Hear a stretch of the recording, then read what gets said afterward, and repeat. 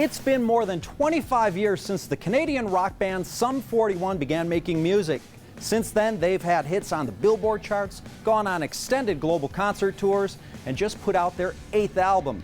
Need more? Well, Jackie Denker has 3 things you didn't know about these rockers on the hot list.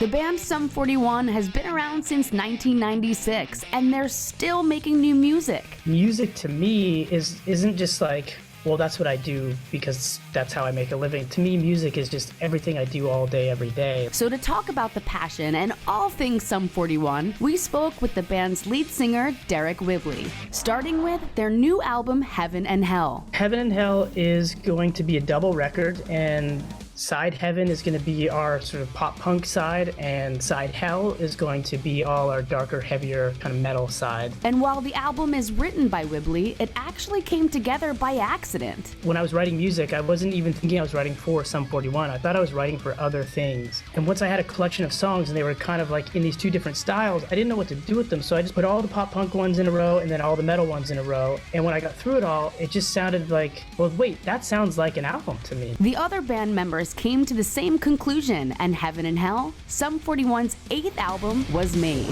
Sum 41 has teamed up with another Canadian band, Simple Plan, for the Blame Canada tour. And while you may think the lifestyle of a band on tour is one big party, think again. If I'm bringing somebody out on the road for us, I'm like, it's going to be heaven and hell, because there's like the greatest moments ever and the worst moments you could imagine. Traveling is really awful, and sometimes the conditions are really terrible, and there's no food, and you don't get to eat for 10 hours, and you gotta go on stage, and you've only slept for an hour. But with the lows come the highs. You're flying on a private jet, and it's like you're completely pampered, and you show up to the show, and it's like this huge, massive festival, or whatever it is. And you might be wondering, how does the lead singer of a touring band guarantee he doesn't lose his voice? In the early days, I didn't take care of my voice at all. I didn't know how to sing. I didn't take any vocal lessons. I just would go out there and shout, and I would lose my voice all the time. And you would just make it through the tour with just a really sort of sore, husky voice, and you come home and you rest, you get back out, and you go just blow your voice out again. But now, after many years of sore throats and voice loss, Whibley has learned how to properly take care of his voice. I really try to warm up